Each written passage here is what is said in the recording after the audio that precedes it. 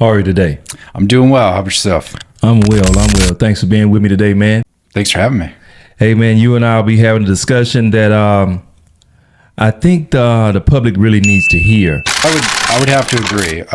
It's definitely a message the public needs to hear, and there's not enough people speaking up and speaking out, especially men. You hear more women talking about this subject than men. So thanks for having me here. Yeah, the subject that we're going to talk about, it seems as though women typically get affected more by vaccinations. That's the topic of today. I don't know that they're necessarily affected more by vaccinations, but you have that motherly instinct where they tend to look in and research it more than their male counterparts, and I've seen that firsthand. Well, man, I think women just do a lot more looking into it than men, period. They sure do. And and I think maybe you and I have had a brief conversation about this in one of our past meetings, but one of the major problems facing America, and this is all races. This isn't any one-sided issue. Is the lack of fathers there to look after their kids, and we can get more into that later. Oh yeah, absolutely. That was actually the episode right before you. Absolutely. So yeah, man, that's a great need. Yep. Fathers or father figures in the community. But into what you're here to discuss.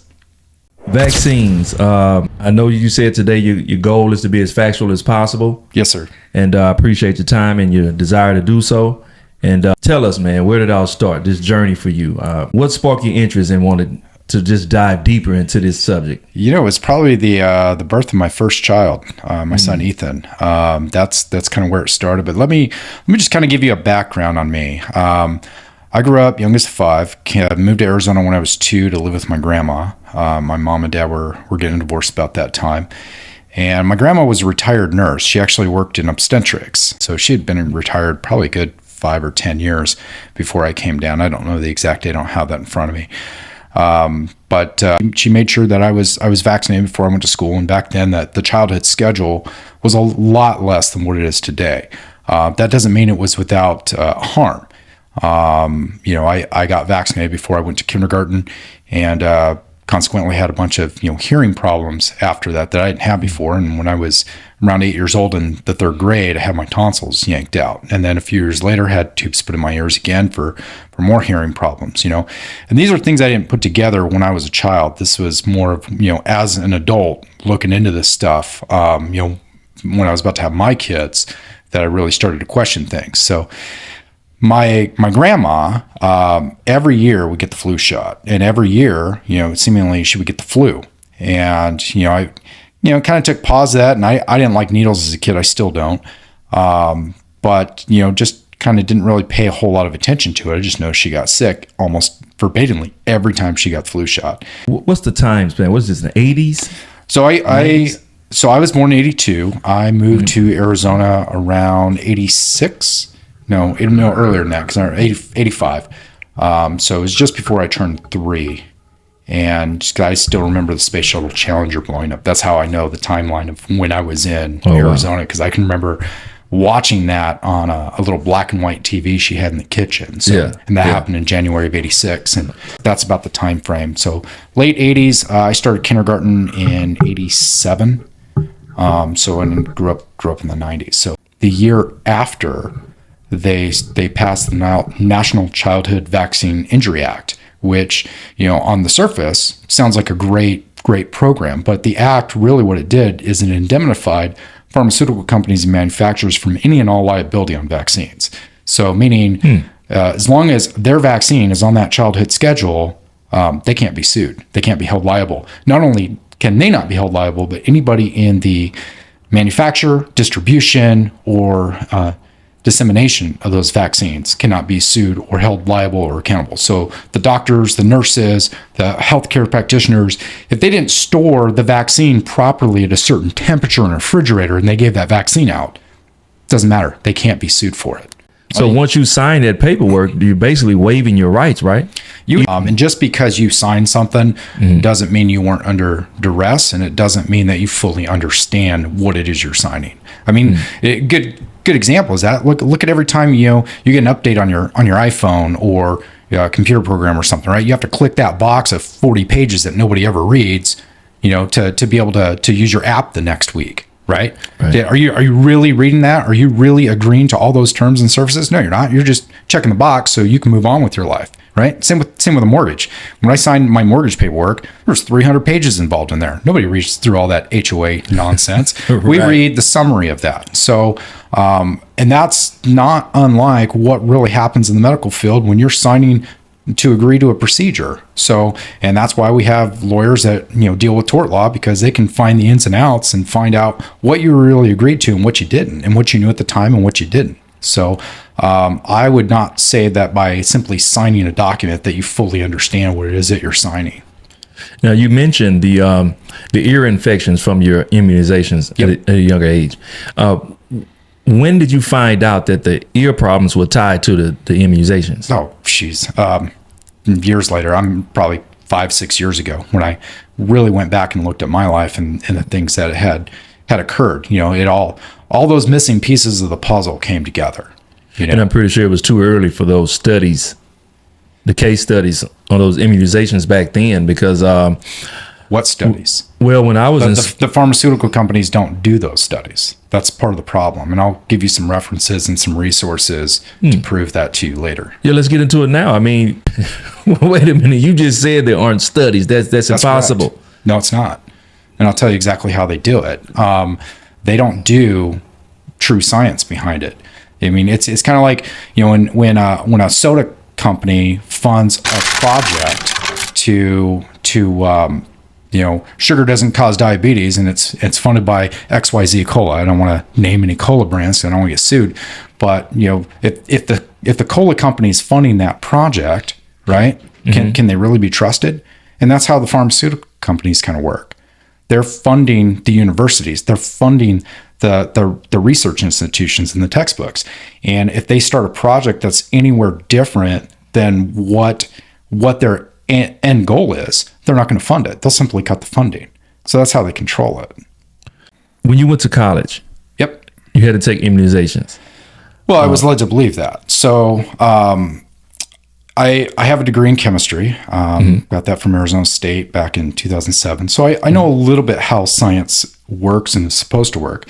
My disclaimer here, and I probably should have said this earlier, I don't represent the views of the department that I work for. I don't represent the views of anybody else. And I don't know everything there is to know about everything. I'm not God. I'm a fallible person.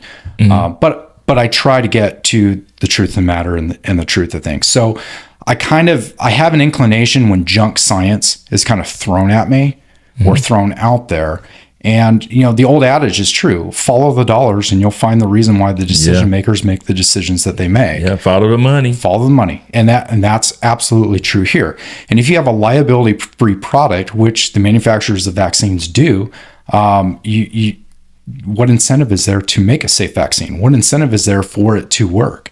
And even better yet, if you can force that on the populace by making them think that they need it, it's just a cash cow for them. Let's understand the history of vaccines, okay? Because I used to believe in vaccines, okay? I don't want to come off as just this strict anti-vaxxer guy, which, now I am.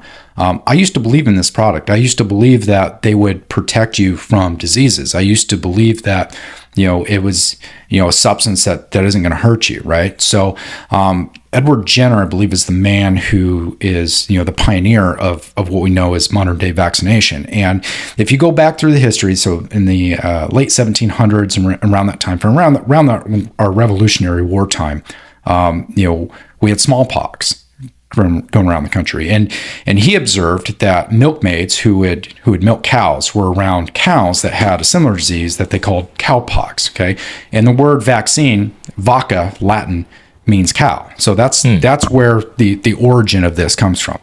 So what he observed is that the milkmaids who are around the cowpox seem to be a little bit more resilient to the smallpox that would go around in a small town or village at that time. So he hypothesized that if we just simply exposed people to cowpox, they wouldn't get smallpox. So what he would do is he would go around and he would cultivate pustules that would form on the cows, isolate that, and then go to a person make an incision on their arm so that was bleeding, and take that pus and put it on that incision. And as gross as that sounds, that's actually what they did, and they did that for years. And then what ended up happening is a lot more people ended up actually getting sick and getting the disease of smallpox. And so because the hypothesis there was, this is the only way to prevent smallpox, let's ramp up the vaccination. And that's what you've seen throughout almost every epidemic that has happened in modern society. So smallpox, there's evidence of that with the flu epidemics, or the influenza epidemic that happened around 1918, which I can get into, polio, and most recently, COVID. Now, from my understanding, back to what you mentioned about the flu vaccination, typically when people take a vaccine, it's usually the actual illness that it's supposed to fight off. Right. Some kind of way through modern medicine or Western medicine or whatever. I guess the logic is whatever illness you have is supposed to fight itself off. So I don't get how that makes sense. I don't understand it. I think we need to change our perspective on germs and diseases at large. Okay. And again, there's going to be people that disagree with me on this, but we're taught that there's good germs and bad germs. Okay. Right. I'm going to say there's no real such thing as good germs and bad germs. There's not good bacteria or bad bacteria. Okay. Now there are exceptions to this. Okay. But by and large, look at it from the 30,000 foot viewpoint. Okay. We teach our kids, we want to get all the bad germs out, right? And we hand sanitize everything to death. Look at my son's classroom. I mean, everybody there's got hand sanitizer, and I'm telling them, don't use that. It's a neurotoxin. It's transdermal. Gets through your skin. We don't want the long-term, potential side effects of that. Is there a time and a place for it? Sure. There's a time and a place for hand sanitizer. I'm not going to say there's not. Just like, masks. I don't agree with masks, but there's a time and a place for it. Okay. There's a time and a place for Western medicine. But by and large, we need to start looking at our body as more of an ecosystem. Okay. So what I mean by that is bacteria live in your body. You thrive with them. You couldn't live without them. Okay. Bacteria, and most of your immune system is in your gut. 80% of your immune system is in your gut. Bacteria outnumber your immune cells 100 to 1, and viruses outnumber your immune cells 1,000 to 1. So point being is you can never produce enough immune cells in your body to take care of all the bacteria or viruses in you, right? So what does this mean? What it really means is that your immune system there is to help you live in balance with the environment, the ecosystem that is in your body. And think of it more like, the Serengeti of Africa, right? You got lions, you got zebras, you got gazelles, and you got a whole grassland, right? Zebras eat the grass, right? If we didn't have zebras, you'd have too much grass, and you'd have these wildfires that would destroy everything, and then nothing could live, right? Mm-hmm. But if you have too many zebras, there's not enough grass to go around for the gazelles and other creatures that live there. So now you have your lions that come in and kill your zebras, right? That kind of keeps it in balance. And if you have too many lions, you don't have enough zebras to eat the grass, right? So you have to look at kind of your immune system the same way, and the viruses and bacteria the same way, right? You have E. coli that lives in your gut. It actually serves a purpose. And if you look at, have you ever hit an animal on the road? Yeah, I hit a pit bull one time. I hit a pit bull. I killed quite a few rabbits. Right. So you hit the rabbit on the road, right? I've hit several rabbits on there. Big jackrabbits, especially driving through Texas. Mm-hmm. Big jackrabbits. You hit one, right? What happens to that rabbit? If the bird doesn't get it in the sky, what happens to the rabbit? The ants get it. The ground creatures get it. But first thing that happens is the bacteria that's living inside the rabbit work to decompose that rabbit, right? Oh, so maggots. Right. And it leads to the maggots and all the other things, right? Same thing happens with you if you die. But when you're alive, your immune system that's functioning healthy keeps you from decaying. That's its point. That's its purpose, right? So bacteria isn't necessarily a bad thing. The bacteria in your body, they serve a purpose. It helps you to digest your food, and it helps you to absorb minerals that you otherwise wouldn't absorb. It helps produce enzymes to help with the digestion process. Also, minerals. So, certain viruses also kill bacteria that's in your gut, and allows that process to occur. So there's so much that happens with this microbiome that we're just now diving into that we don't know. So when we sanitize everything, we're really doing ourselves a disservice. So it's not a matter of we need to kill off every virus or bacteria, right? It's a matter of we need to live in balance with that. And when you get sick because your body is out of balance. So, and that doesn't matter if it's polio or the flu or measles or anything. You get sick because your body is out of balance. And so my goal here today is just to kind of bring a little bit more light and experience on that, right? So, when we talk about the flu, I mean, how many different flu viruses are there out there? There's a ton of different strains, and we can't vaccinate against all of them. So when we talk about, again, with diseases, with the flu, and I'm not an immunologist, I'm not a, expert in all these fields, but I don't think you really have to be. You just have to know how to read and disseminate information that's in front of you and make the best decisions for yourself. And that's my goal for your audience. If you're a parent, make the best decision for yourself and for your kids. So best decision for me, not to vaccinate my kids or my family. I mean, if everybody here, I think, would do their own homework and their own research on vaccines and really dive into it, if you knew what I knew, you wouldn't vaccinate a dog. Well, I mean, we see more and more, it's becoming more common in America for parents not to have their children vaccinated. In some cases, we see that the schools won't allow the children to be enrolled in the schools. Going back to bacterias, I saw reports years ago for the last, I'd say maybe 10, 15 years of countries abroad that use bacterial medicine. When we look in the Caribbean and Hawaii, they use spirulina as one of a gut cleansing algae. That's great algae medicine. I actually eat spirulina. And likewise, me as well. And I've been taking it for years. And I actually heard about it from a reggae song. You know what I mean? But it's good stuff, gives you a lot of energy. It's great, but it's an algae. But well, you correctly said it first. It's actually more of a bacteria than an algae. Bacteria. Chlorella, which I actually have here, is more of an algae. And the reason I brought this here was just, and I was going to show it later, was more, when we talk about detoxification of heavy metals in your body, this is one of the best substances you could use for that. So spirulina, on the other hand, is really great for energy. But let's get back to the vaccine in your college years. So that was the MMR shot because I thought I needed it. And mind you, I know I was given that MMR vaccine when I was a child. What is the MMR? MMR is measles, mumps, and rubella. Okay. And the idea is, hey, we don't want to get measles. They think measles is deadly, on and on and on, right? Forgetting that most of our grandparents had measles, and similar to chickenpox, they'd actually have some measles parties too, because once you get it, you don't really get it again. And it's a rash. It's uncomfortable.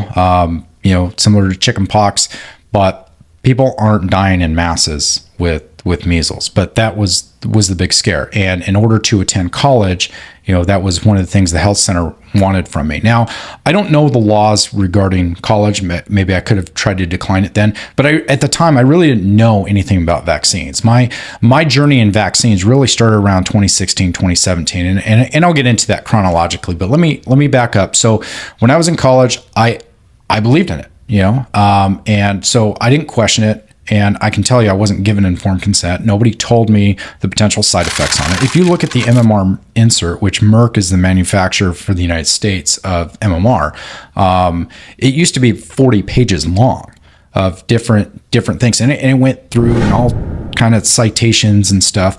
And they make it sound like, the adverse reactions to this are 1 in 100,000, And the reality is they don't know. And they don't know because there's no long-term studies on that. When they study vaccines, they study it very short-term, and they consider reactions to be like, oh, I got a rash or some pain in my arm for a few days, right? Although alopecia, hair loss, is listed as one of the side effects in the MMR shot. Within 1 month of getting my MMR shot in May of 2003, I started losing my hair. I had the thickest hair you'd ever see on anybody. At 18? At 21, just before I turned 21. Oh, wow. Right? So I wasn't always bald.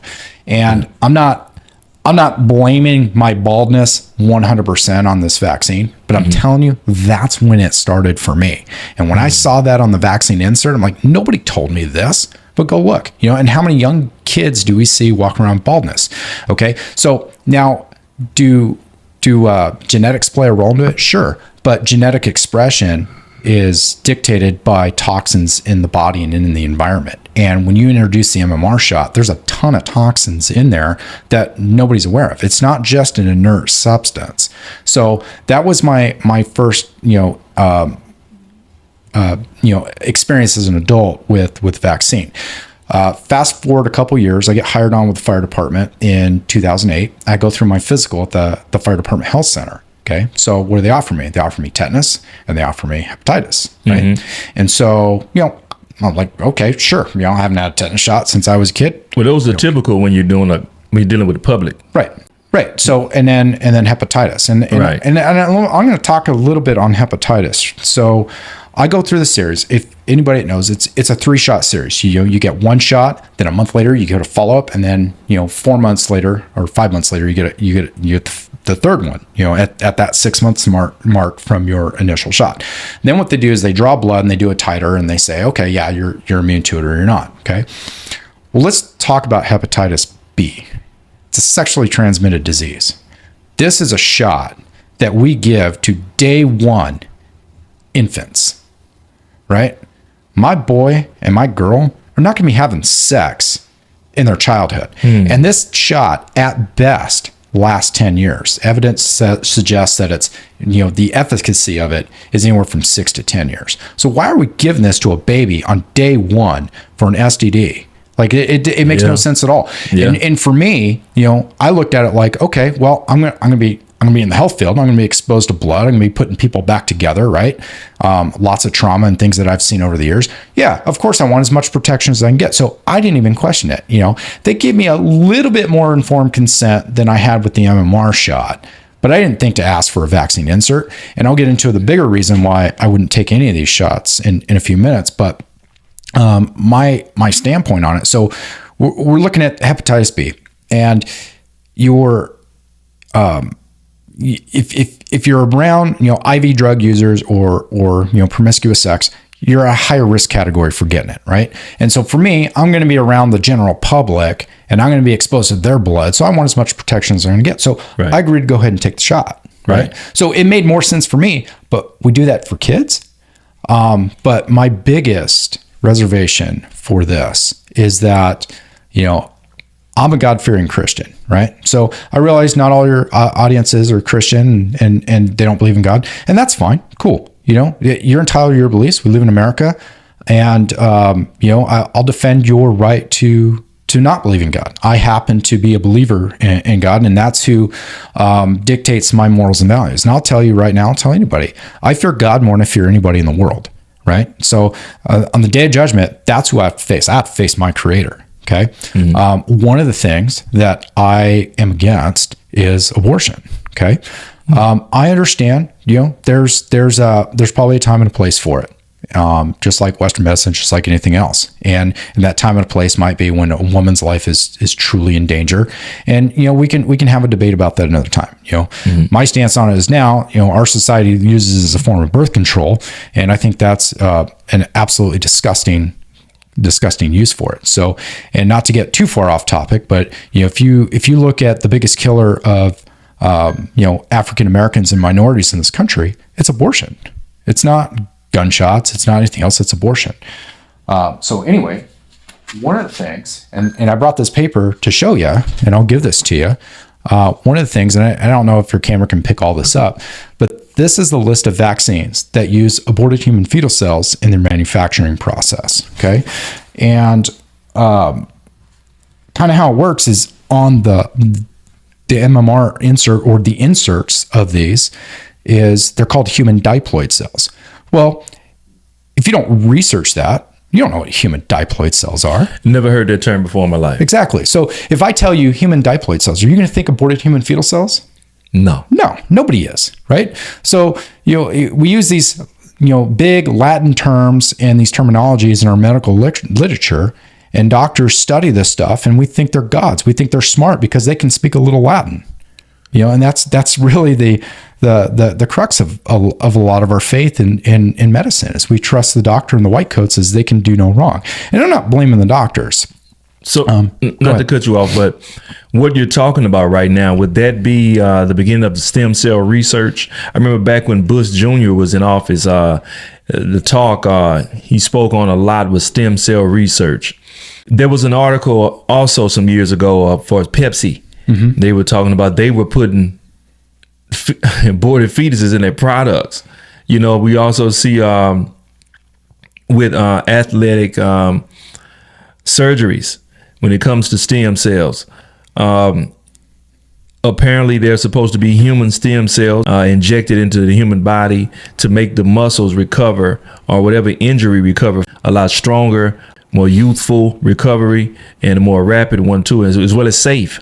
So what you just spoke on, is that included in that in any kind of way from your research? Are you aware of any of that? So, you're going to have to ask an expert on stem cells, more on that topic. I'm not an expert on stem cells. I know where, there's umbilical cord stem cells. If you ask to have your baby's blood stored, you're not necessarily going to get your baby's blood back later, but that's essentially where they harvest a lot of the stem cells from, would be umbilical cords. I know there's clinics like in Mexico that can pull it out of you. You actually produce stem cells as an adult, and then they'll isolate it and give it back. And I know there's a lot of laws that have been passed to try to, bioethics kind of laws, to try to avoid or curtail some of that. What I can tell you on vaccines is that, prior to Roe v. Wade and the abortion being legal in the United States, a lot of our pharmaceutical research would do research on imported fetuses. So, if a fetus was aborted in the Netherlands, for instance, I'm not saying it was, but if it was aborted in the Netherlands, they can import it to the United States and do the research. Well, that's very costly, And then, Roe v. Wade, when that was approved, I mean, you had a never-ending supply of fetuses for their pharmaceutical research and medical research. But what I can tell you with MMR is they started a human diploid cell reproduction line that involved around 80 fetuses, and Dr. Stanley Plotkin testified in court a couple years ago. You can Google that. In fact, I'm going to give you guys some websites that you can go and look this stuff up on your own. So you're not depending on just my word for it, but you can actually go and document it and say, yeah, he did actually testify to the fact that they used multiple lines of aborted human fetal cells in the development of the MMR vaccine. Not only in the development, but now that they had the vaccine, they created these, what they call immortal cell lines. So these are basically cell lines that are cancerous that they grow viruses in. So you got to understand, when you produce a vaccine, you have to isolate the virus, and that's very difficult. So how do they do it? They do it on monkey kidney cells. They do it on dog kidney cells, or in this case, human lung tissue. So they take human lung tissue from that aborted fetus. They make it grow by keeping it alive in a lab, and they grow it out indefinitely. And that's where they store their viruses for the vaccines. But I haven't even really gotten into the part of the vaccines that hurts people. That's just kind of part of it. So if I know that over half the vaccines on the childhood schedule contain aborted human fetal cells, how can I inject that in my kid? Well, that's an abomination. That is absolutely disgusting. And we're not told that as parents, that they use aborted human fetal tissue. That pissed me off, learning that before. And thank God I never gave that to my son. But I can't, in good conscience as a Christian, put that abomination soup in my son or my daughter. Nor should any Christian out there. You call yourself a believer in Christ? Come on, churches, wake up. You do your little flu shot clinics outside your church, and you don't question what's in there. Yeah. Right? You say you're against abortion, but you serve this? Yeah, I know there's a lot of disgusting things that come into play with the medicine. But they'll call this disinformation, mainstream. Probably the website you're going to post to. I don't want to say it because I don't want you to get shadow banned or anything like that. Hey, man, we're here for the people, man. This is what it's about. And I hope it goes as long as it can. But one of the people here, and I wrote her name down, who's done extensive research on human diploid cells and their effect in the human body is Dr. Teresa Dysart. Here's a website to go to, thehighwire.com. Dr. Teresa Dysart's done a lot of work in the fragmented DNA and how they cause cancers in children. So, next time you see a St. Jude's commercial with a, bald child, what do I think? I think that child was vaccinated, and how many of our kids were vaccinated that have cancers, right? And we don't study that, because we pretend that vaccines are good and only good. Okay. Well, they can contain aborted human fetal DNA, right, which is fragmented in the whole process, and does all kinds of nasty stuff to your body that we don't even know because we don't study it. We only look at vaccines as being good, and we don't talk about the issues that might come against it. Never mind the ethical aspect of it. If half the childhood vaccines are given this abominable soup, why should I, as a Christian, have to put that in my kid so my kid can go to school? Now this is something I always wondered, man, because you just mentioned a minute ago about them doing tests on monkeys. Mm-hmm. And my question has always been for years, how accurate are animal testing in comparison to the human body? From what I understand, ferrets are pretty accurate because they have the closest tissue to lungs as humans. Okay. I don't believe in evolution. I believe that I came from God, not a monkey, right? And so that's my world viewpoint, and not to get too far off topic there, but, I teach my kid that in the beginning, God created, the heavens and the earth. In the beginning, God created you, son. And I tell my son that all the time. In the beginning, God created you. You didn't evolve from slime or a rock. Like, that's the most ridiculous thing out there. Like, you have so much information in your DNA. Like, it just happened by chance. But that's a conversation for a whole nother time. If people want to believe in that, that's their prerogative there. But in the beginning, God created, and that's the perspective that I come with things. Yeah. Now, in 2014, your mom suffered from a heart attack while on a visit in South Korea. That's correct. Want to tell us about that? Sure. So back in the summer of 2014, my mom went to go visit my oldest sister who was living in Korea. She, for about 3 weeks, hid the fact that she was having chest pains and things like that. They were on and off. Got to a point where she couldn't hide it from her anymore, and my sister took her into the hospital, and my mom almost died there. And my mom was in her mid-70s at that time. What I saw there changed some of my outlook on Western medicine. That's really where I started thinking about things a little bit differently. So my mom starts to turn around. I mean, it's one of 2 times in my life that I've seen a miracle, absolute miracle from God. And I have no doubt he gave us extra time with her, and I'm forever thankful for that. She did end up passing away last November, but he gave her... Yeah, he gave her, an extra 9 years with us. So I can't really complain. But let me tell you how we got there, right? So she's on what's called hemodialysis. And hemodialysis is where they take your blood out and they give you extra blood. And that was to help try to restore some of her kidney function. And so they ended up transferring her from a hospital from Daejeon up to Seoul, which is about the same distance as Phoenix to Tucson, but it takes about 3 hours to get there. Oh, wow. And, my mom, when she got to Korea, thought it was this third world nation that, had a bunch of rice paddies and huts everywhere. So like when she got there, she was very surprised to see that they're very modern, have high-speed transportation, rail, buses, high-rises. I mean, that's some of the biggest high-rises you'll ever see, like residential high-rises. So they're just everywhere. And I got my first pair of Pumas came from Korea. Really?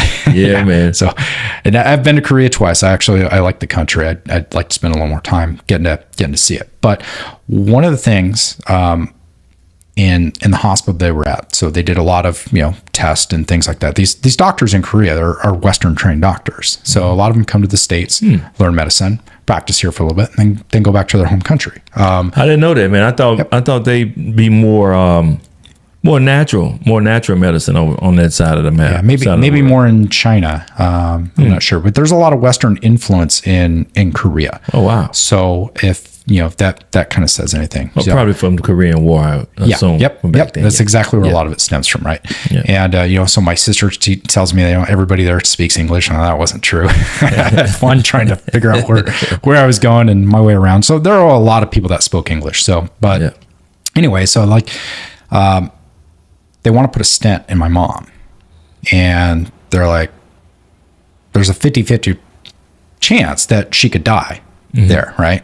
And so I'm preparing myself for the worst. And this is probably 3-4 days after I got there, and we're in Seoul, and they're gonna put a stent in her. One artery was like 100% blocked, and the other artery was like 90%. So she was sick. I mean, real sick, and I needed some time away. So I go walk out on this bridge, and I take about 2 hours to myself, and I'm crying. I'm talking to God, and I'm preparing myself to let her go, And I come back, and they didn't do surgery. And I'm like, what?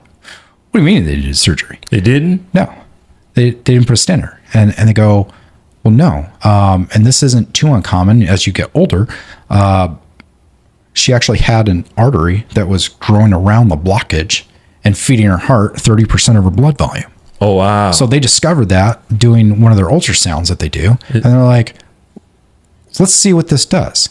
And they determined at that point, like, it wasn't a 50% probability she would die. It was an 80% probability she would die if they did their surgery, right? So at least these are Korean doctors being honest with us, And they might have, I don't want to say give us preferential treatment, but obviously we don't look Korean, and we're there in their country. And you said a new artery was growing around a blockage? Correct. Is that normal? So the body is intelligently designed. I mean, we have this creator we call God, right? Right. And I think he designed the body perfectly for stuff like that. And that's one of the things that happen. And it's been known to happen.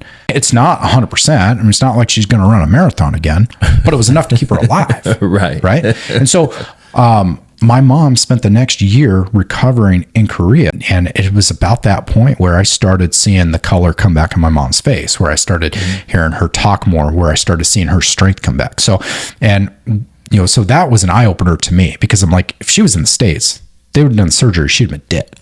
I have no question about it. The other part that I didn't tell you about Korea is when you're there, if you're in the hospital, it's expected culturally that your family's going to come in and take care of you. Right. Oh, wow. Yeah. So it's not like here where, they have a CNA and somebody else that comes and wipes your butt for you. Like, no, I'm a doctor. I'm a nurse. I'm here to treat you. Your family's over there. They're here to feed you. They're here to bathe you. They're here to take care of you. Like, I'm not a maid service. This isn't a hotel. This isn't Hotel Korea. It really made me think about things a little differently. And then a couple years later, back in 2016, I went back to Korea. I took my mom there, and, she stayed for a little bit when I went home.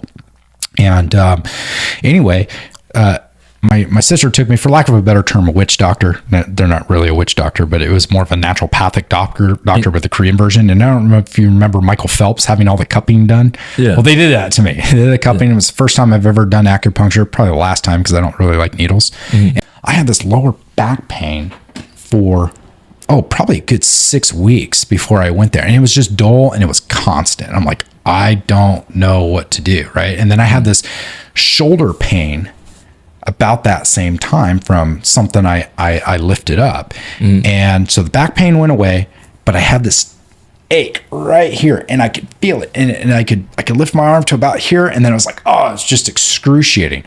So I go there, right, left shoulder, and this, acupuncturist, I told her what was going on. My sister spoke through a translator and all that stuff. So she takes this needle, and she's like poking me in all these kinds of places, pokes it in my right foot, gives it a little twist. And I'm like, oh my God, that hurt. I mean, and then it went away.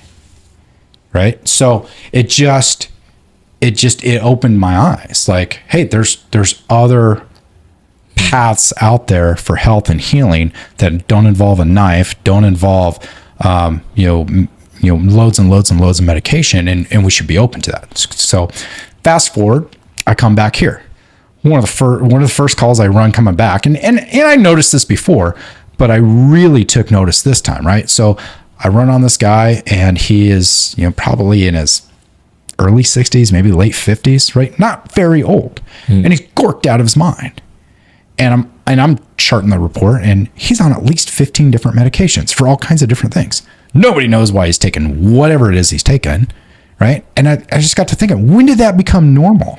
I really started paying attention to the fact that we're always running on people that are taking just loads of medications. They don't even know what they're taking their medications for, right? And so, why is it, when did it become normal that the 15 minutes I'm with you, I care more about your health than you do? I shouldn't care more about your health than you do in the 15 minutes I'm there. But that's how we've been conditioned with our health system, and that's why I'll say, a lot of primary care physicians, I'm going to insult you when I say this, you suck at what you do. You suck at your job. You can't reverse diabetes. Man, on, you can't, tell somebody, hey man, we need to adjust your lifestyle a little bit. We don't need to just give you gabapentin. Let's figure out another way to get your A1C down. Let's figure out the root cause of this stuff. Yeah, right? We're not doing that. Yeah, a lot of those medicines now, man, they're getting a real bad rep. Like Ozempic for one. Yeah, the one that's based on Gila monster venom that essentially shuts down and paralyzes your stomach, which is why you lose weight. Yeah. Right? Because paralyze your stomach. Now I'm not hungry anymore, so I'm losing all this weight. Right. Oh, and then my stomach doesn't restart itself, and I can't absorb minerals anymore, and I can't absorb all. And so now I'm having all these other health complications of that. Yeah, that's exactly what Western medicine has brought us, and that's what I'm talking about here, right? And so when we get to the, and we'll get back on vaccines here in a minute, but that's essentially how we've been conditioned, that doctors are infallible, they do no wrong. And that couldn't be further from the truth, and there's a lot of good doctors out there. I've met them, I've seen it in emergency medicine. I've seen it work, and I've seen it work great. We can reverse the symptoms of, a diabetic emergency within a matter of minutes by giving them, glucose, right? But that's a short-term solution to a longer problem. The longer problem is you're not producing insulin. Why aren't you producing insulin? Because you're eating like garbage. And I'm not saying it's reversible in all cases. It's most certainly not, but there's a lot that are, and we're not doing anything about it, right? That's just one example. The military.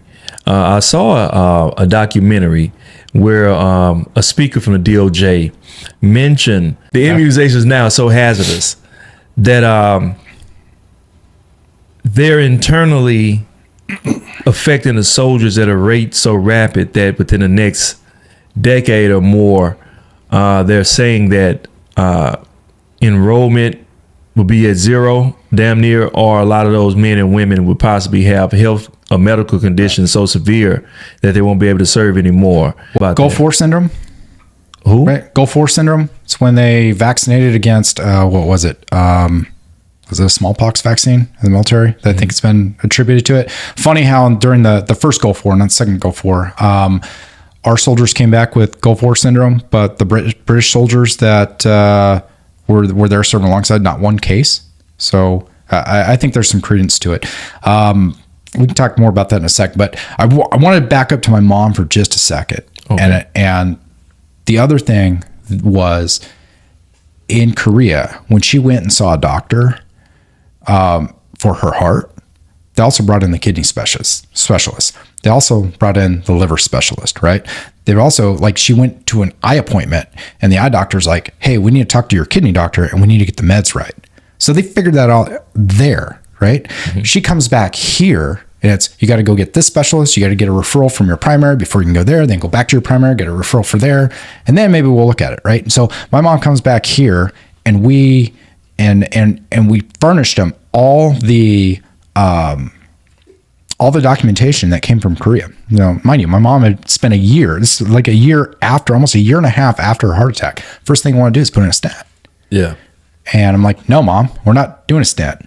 Remember, we're beyond that. Right. So, and again, my mom lived 9 years after this event. She died at 83. Right. With some simple things, it prolonged her life. And, of course, my sister was smart. When she sent her home, she sent her with a year supply of her meds, and that was part of the reason why I went back in 2016. Right. So she's, there from 2014 to 2015, gives a year supply of her meds, about to run out. Doctors here aren't solving things. So we go back there. Right. So, and then come back here. She has another year supply of meds, and she never went back to Korea after that. Right. But all that to say is, like, when you come here, like, you see how money driven our medical system is. I mean, you know, my wife, when she was working on her master's project, at that time, it was 17% of her gross domestic product revolved around the medical community. 17% of our gross domestic product. That was in 2013, 2014. I don't know what it is today. Yeah. Like, how is that sustainable? And, you know, and that was one of the things when my wife was you know, doing her master's and thesis and all that. And I'm like, hey, you know, I don't know who your professor is and instructor is and what mindset they're on, but this is a skewed question because it had to do with, you know, I don't want to say Obamacare. I'm trying to think of an actual name for it, but the Affordable Care Act, the Affordable Care Act, right? When that was being passed. And I said, they're missing the issue, right? The problem with the Affordable Care Act is it doesn't address the fact that 17% of our gross domestic product is going to medical care, right? That's not sustainable long term. Like, our main export can't be medical care, right? We need to produce things again, like China does, like we used to, cars and trucks and lumber and all that stuff, right? Just simple things. Like, we're not addressing that with the Affordable Care Act. We need to get people healthy, not pad the pharmaceutical companies and doctors and stuff. Now, the literature you brought, what do you have there with you? Okay. Is it just a part of our norm? I mean, who's really to blame? Because no one's making us purchase the things we purchase. You know, the options are there. You know, we typically don't have the knowledge. I think there's a lot of factors involved in that. I think some of it's obvious and some of it's hidden. I think a lot of it's marketing, and I think a lot of it's convenience. When 70 to 80% of the ad revenue on TV comes from pharmaceutical company, you're not going to say anything against their medications or vaccines, are you? If you're a news anchor, you're not. I mean, that's where your funding comes from. Well, I was in broadcasting, you know, before, you know, and you make money in radio or television through ads. Right. You know, so sometimes people just lay stuff in front of you. Hey, read this when we come off the break. Well, it's your job, and they're paying you. Yeah, exactly. Right? Yeah, it's a job. You're doing a little info. Yeah. It doesn't mean you believe in it as the broadcaster. You're just doing your job. Yeah, but at what point do we draw the line? Because if people really did everything they truly morally believed in, how many of us would be employed? Well, we'd be employed, maybe not by the people we're employed by. You know what I mean? Isn't that where courage comes from? Absolutely. Right. So when COVID hit, I was ready to lose my job over the vaccine issue. Right. That's where my morals landed. Thankfully, that didn't happen. It could still happen. You know, something could happen a year from now and they say, hey, everybody's got to get vaccinated, right? And there was a lot of people that did lose their jobs over that. And there were a lot of people that weren't willing to lose their jobs over that.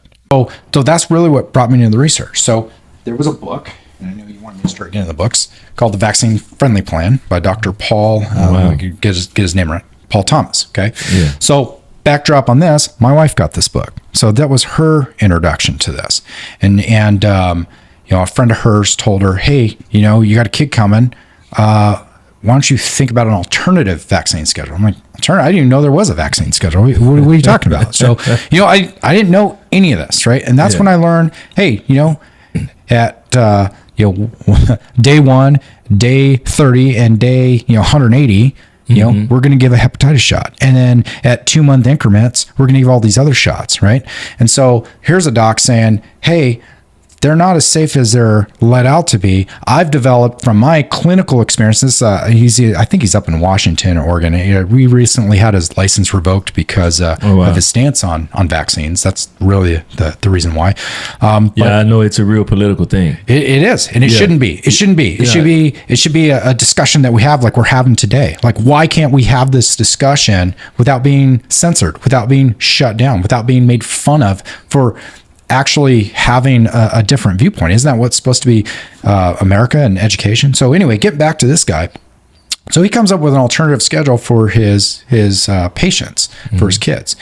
And he wasn't anti-vax. He wasn't pro-vax. He wanted to give actual informed consent to parents. That was the word I used earlier, because when I was given my MMR shot, my hepatitis shot, my tetanus shot, I wasn't given informed consent. I wasn't told the 40 pages of stuff that's behind the vaccine insert that every shot has, right?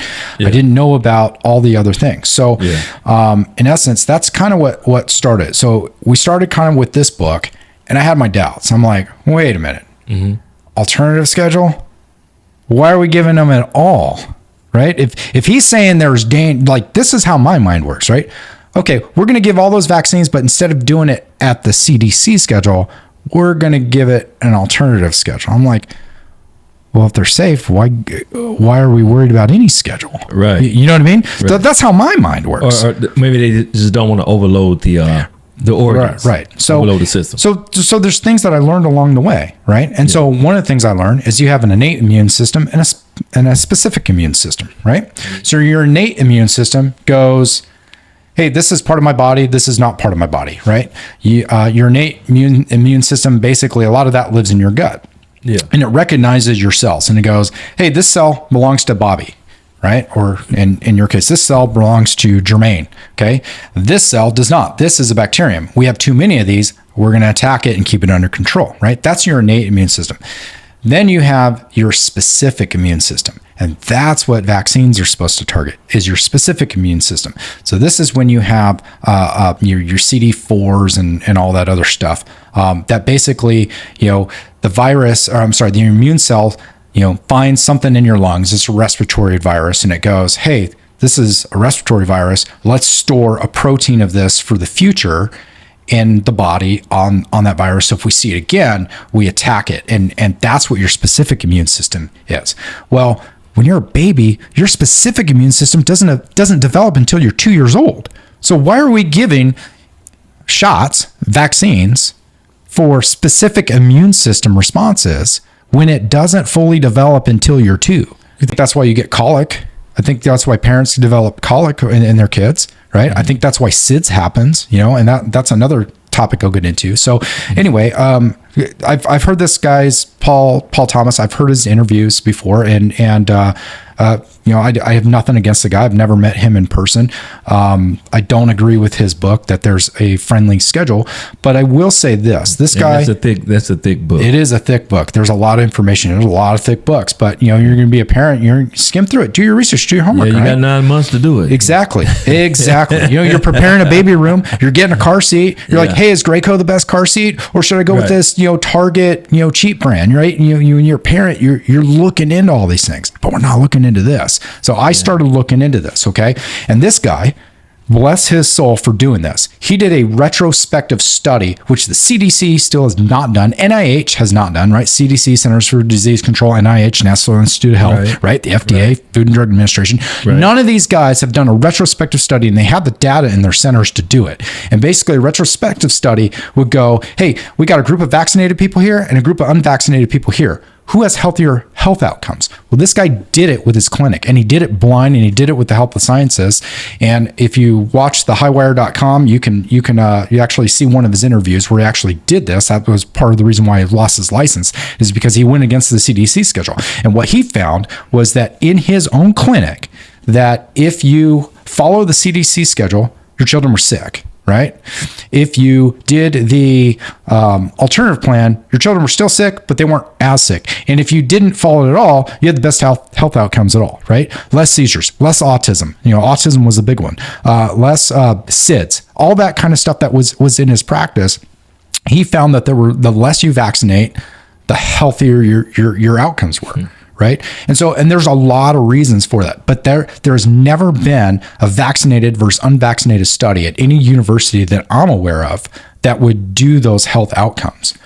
So that was my introduction, was kind of this guy. But like I said, I didn't like his alternative plan. I'm like, if they're that dangerous to begin with, why am I giving it to my kid at all? Right. So that's when I started going down this rabbit hole of stuff. So that's his book. So that's the vaccine friendly plan, Paul Thomas. The vaccine friendly plan by Paul Thomas. Okay, and he's got another book out. You can probably Google his name, and it talks about his retrospective study that he did with his clinic. I don't know the name of that book. You'll have to do some digging on your own for that. So then I was introduced to this woman, Susan Humphreys. Book Dissolving Illusions. She goes into great details about smallpox and the smallpox epidemics that were happening in the 1800s, and compulsory vaccination, which compulsory vaccination was, hey, I'm the mayor of this town and everybody here is going to get a vaccine. If not, we're going to arrest you for it. We're going to fine you for it, right? So compulsory vaccination is nothing new. They started that in the 1800s, right? So the vaccines, the smallpox vaccines, that was more likely than not, helping to spread smallpox was causing it, but they believed it to be the cure. They believed the problem to be the cure for what they were trying to solve, right? Not much different than the flu epidemic of 1918, when we had a plethora of typhoid vaccines that they were trying to give to the military, right? So the Spanish flu that we incorrectly named the Spanish flu because it was predominantly believed to have started from Spain at that time, actually started in Kansas at a military fort that had poor sanitary conditions. And so what I learned about vaccines, through my digging on all this, was that sanitation had more to do with the positive health outcomes of our society than vaccines. But we give vaccines the credit for it, right? Because vaccines were being developed around the same time that we were doing our industrial revolution and modernizing our society, setting up water treatment plants and sewer plants and making sure that people weren't dumping garbage in the street, and we had an actual, consolidated landfill, right, to hold places, right? So it goes back to what I was saying. It's living in balance. If you live in a sewer, your body doesn't have a chance. You're not living in balance. You have an imbalance of bacteria and viruses that you're around than if you're not, right? Absolutely. I'm at your house. Your house is clean. Yeah, it is. Thank you. That's really clean. I try to do that. You mop. You take out your trash. Why? So you don't get sick, right? Yeah. What happens if you let your trash overflow? What happens if you don't? Flies. You don't use the toilet. You just pee wherever you want in your house, right? If you had, we put diapers on kids so they don't poop all over the house, right? Because what's going to happen? It's going to attract flies. It's going to attract bugs. It's going to attract disease. Well, that's what Susan Humphreys talks about in her book, is that people were living in that. Dissolving illusions. People were living in filth, and they were getting sick. We incorrectly give vaccines, we put them on a pillar up here as if they solved our disease problems, when that couldn't be further from the truth. When coronavirus was going on and people were wearing masks, I saw something where people were saying that recycling your own CO2 isn't healthy. Is that true or not? That's absolutely true. It's not. And so I brought another book, and funny you brought that up, by a lady named Judy Mikovits. And I actually had the pleasure of meeting her several years back at a health freedom rally in Phoenix. I also met another woman named Brandy Vaughn, who's a phenomenal lady. But Judy Mikovits wrote this book, The Case Against Masks, and talks about the social implications of forcing our kids in schools to wear masks during this time, right? Can you imagine me doing this interview with a mask on? Could you hear me through the mic? Yeah, I could, but it would sound like I'm getting robbed. It would sound kind of muffled, rob right? Me or something. Right? And then your viewers who are looking at this couldn't see my facial expressions, couldn't see my excitement, couldn't see my passion. Like, what am I hiding? True, right? True. That's some of the social implications of the mask, right? Not to mention, and so we talk about masks just out of respect and courtesy, but knowing that it does absolutely nothing to protect you from a virus. And the reason I say that is, these little cloth masks, right? Your paper stuff. They're not meant or designed to do that. I've been a hazardous materials tech for the last 12 years, became one in 2012, have a degree in chemistry from Arizona State. So I know a little bit of something. And when I went through, tech school and then ongoing trainings, I've had somewhere around 100 hours of, chemical and biological and nuclear training, with bioweapons and stuff, right? I'm not a bioweapons expert. I've not trained at Anniston, Alabama. I think that's the place for it, or any of the other places. But I have been introduced to enough to go, that's dangerous. That's not. That I need to worry about. That I don't. Right. Again, I'm not a biologist. I'm not one of those scientists. But I don't think you have to be to understand the information. Okay. So here's where I'm going with that. Now I give you that long dissertation. Okay. Anthrax was something that we studied, quite a bit. So anthrax is a bacteria. Okay. And it's very hard to disseminate, meaning, like, if I want to infect a lot of people with anthrax, not going to be very effective. And not only that, it's got to be a very pure form of it. It's everywhere in our environment, right? You probably have it walking around your skin if you go through so it's a natural thing. Yeah, it's a natural virus, right? Oh, so but our genius weapons people, in the Soviet Union too, they're like, hey, how can we make a weapon out of this? How do we make weapons out of smallpox? Take smallpox blankets and we give it to the Indians, right? So that was early biowarfare. So how do we do it? Let's use anthrax. So that's one of the things that we talked about, especially after 9/11. Remember the anthrax envelopes that went out? Right? That kind of thing. So that was the essence of the white powder calls. Well, anthrax is 80 times bigger than the coronavirus. 80 times bigger than the coronavirus. And if I got a white powder call with suspected anthrax, guess what? They're going to put me in a level A suit, fully encapsulated. They're not going to put me in wearing a mask for anthrax. Oh, and by the way, anthrax is treatable if you catch it early, right? If you know it's anthrax or suspected anthrax, they're going to give you Cipro or some other big antibiotic. And as long as you take it within 48 hours, you have a pretty good shot at living, right? I mean, I feel bad for the poor guy that died, that they didn't catch it in time during, the months after 9/11, but they recognized what it was, and they did afterwards. And that's when they started coming up with plans for it and how to deal with it. He'd probably be alive. You know what I mean? So if anthrax, they're going to force me to be in a level A suit, and that mask isn't going to stop anthrax. Right. How's it going to stop a virus? That's the idiocracy we're living in with that. Anyway, Judy Mikovits did a very good job giving her case against masks. And one of the other books, if a really good listen, it's called Plague of Corruption. She wrote that book, and again, she was a scientist. She had her lab broken into in 2011. Her group of people back in the 80s, you've probably heard of Robert Gallo. He's credited for discovering the HIV virus. It was actually her team that discovered the HIV virus. Oh, okay. They credit him because he broke into her lab and stole her work. Right? Yeah, I saw her on a documentary. Yep. Yes, and so, she went back and forth with this guy for years, right? Dr. Robert Gallows. And actually, who's that guy that was head of our, Fauci? You saw him for a while. So, those two there have a history, and she's met both of them and had bad experiences with both of them, but yet they lead our federal agencies, or they did.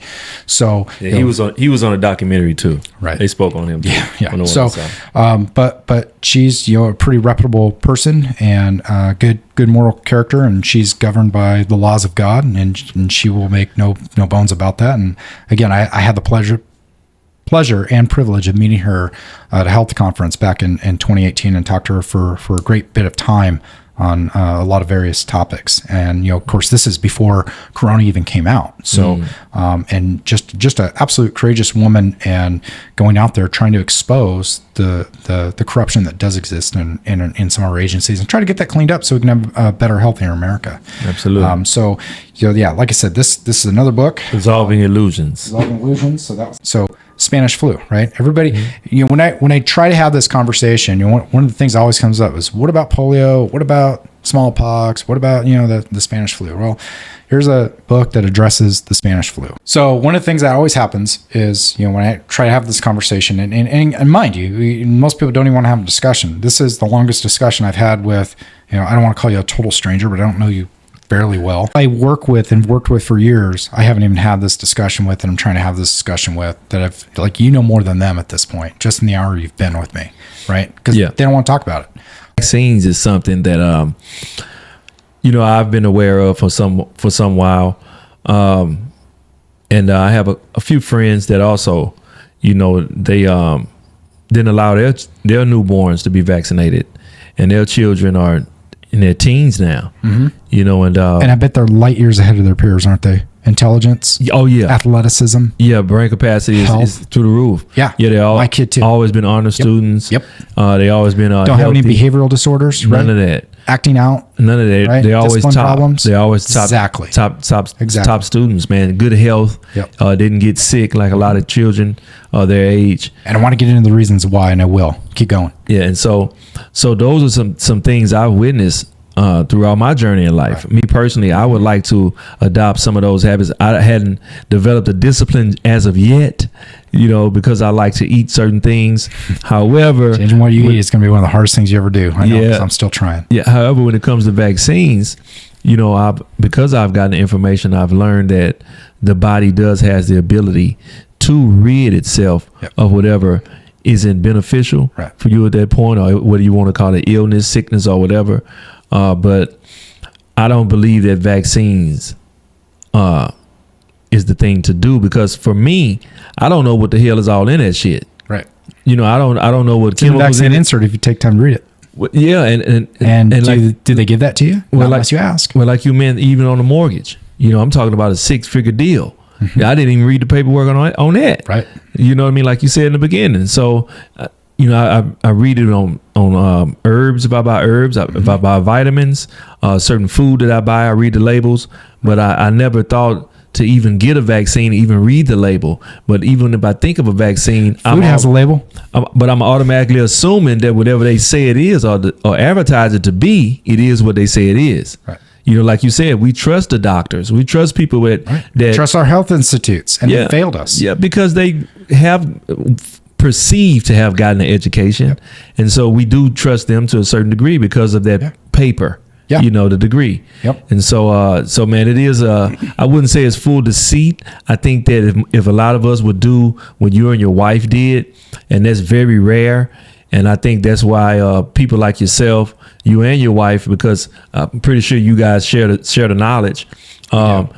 You guys are great pillars for the community, man, whatever community, because you guys have taken the time to gather the information like these authors have put together to present to the public, man. And a lot of us probably wouldn't even reach for it. Nope. We wouldn't even think to even look that way because, like you said, we're thinking about material things when there are far greater priorities, things that we should make a priority. And so people like yourself, man, sharing the knowledge and your research, man, I really appreciate it. We're going to have to do a part 2, maybe a part 3. Can I bring something up before we go? Yeah. Okay. So I haven't even gotten into the nitty gritty of vaccines and why they're bad. And it's the adjuvants they put in. I haven't even gotten into placebo versus active placebo and how they do the testing. Yeah. I briefly touched on the National Childhood Vaccine Injury Act. Okay. And that created a compensation program for vaccine injured people, right? Mm-hmm. With a cap of $250,000 per injury. Less than 0.1% of all vaccine injuries are ever reported to VAERS, the Vaccine Adverse Event Reporting System, and that is something that is documented by a Harvard study that was done in 2011. That less than less than 1% of all vaccine injuries are accounted for, right? So if 1%, let's round it up to 1%, right? So 1 in 100 injuries get reported from vaccines. 1 in 100. Right.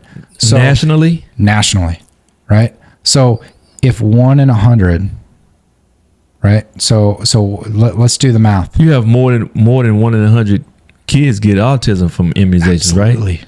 Well, they don't correlate. They correlate, but they don't implicate the vaccines because they haven't done the retrospective study. If they did the retrospective study, they would find that the correlation and the retrospective study match.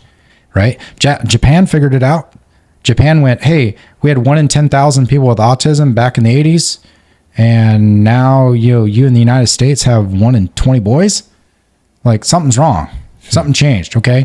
And here's my issue. Here's the issue that I have. Right. And maybe you want to say this for part 2, but what about our national security? Right. I witnessed a kid last week who was special needs. I'm guessing he was on the autism spectrum. I asked his help. No, but they're doing a fire alarm drill at a school. And it got me thinking, okay, so this kid has sensory issues, right? How many people do we have living like that? He's actually one of the ones that can go to school. How many people can't go to school because they're, have so many different behavior issues and things like that because they have autism, right? Who's going to be our military? Who's going to be our police? Who's going to be our firefighters? Who's going to be our construction workers? Who's gonna be our farmers and grow our food? Who's gonna be our truck drivers, right? Who are gonna do all these essential jobs, right? And I don't mean any disrespect to anybody who has an autistic son, daughter, relative, or anything like that. But there are only so many jobs available to push a shopping cart across the parking lot. And that's something we got to think about, right? An autistic person is good enough to push a shopping cart across a parking lot. You can't expect them to do my job. You can't expect them to do your job, right? And 1 in 20, that's autism. That's not seizures. That's not diabetes. That's not all the other things that are implicated with vaccines too. And we're given more and more and more. And we're not talking about it, right? We're not talking about, what aluminum toxicity is and what it does. We're all the autism people that are in their 40s. They don't exist. At what point did they start? They started around 1990, right? So they're in their 20s and 30s now, right? We're the 50-year-old autistic people. We're the 60-year-old autistic people, right? And yeah, somebody can go make the claim, autism was discovered in 1920 or 1930 by this person, blah, blah, blah. Yeah. I'm not saying vaccines are the only cause of autism, and I'm not saying it didn't exist before. What I am saying is we have an epidemic of that now because we're worried about getting the flu, because we're worried about getting measles, because we're worried about getting hepatitis, because we've been scared to fear the unknown germs and things that we can't see. And that's what I have to say. All right, any other questions for me? I know that's. I like I said, I barely even got on the subject. I didn't get into adjuvants. Like one thing I was going to say is why are so many people allergic to peanuts? And I brought peanuts in just to illustrate that. It was because peanut oil is a vaccine adjuvant. It activates the immune system. So how come when I was a kid, I remember we used to be able to get peanuts on an airplane. Can't now, right? You got restaurants with food allergy warnings, right? Can't have peanuts at school.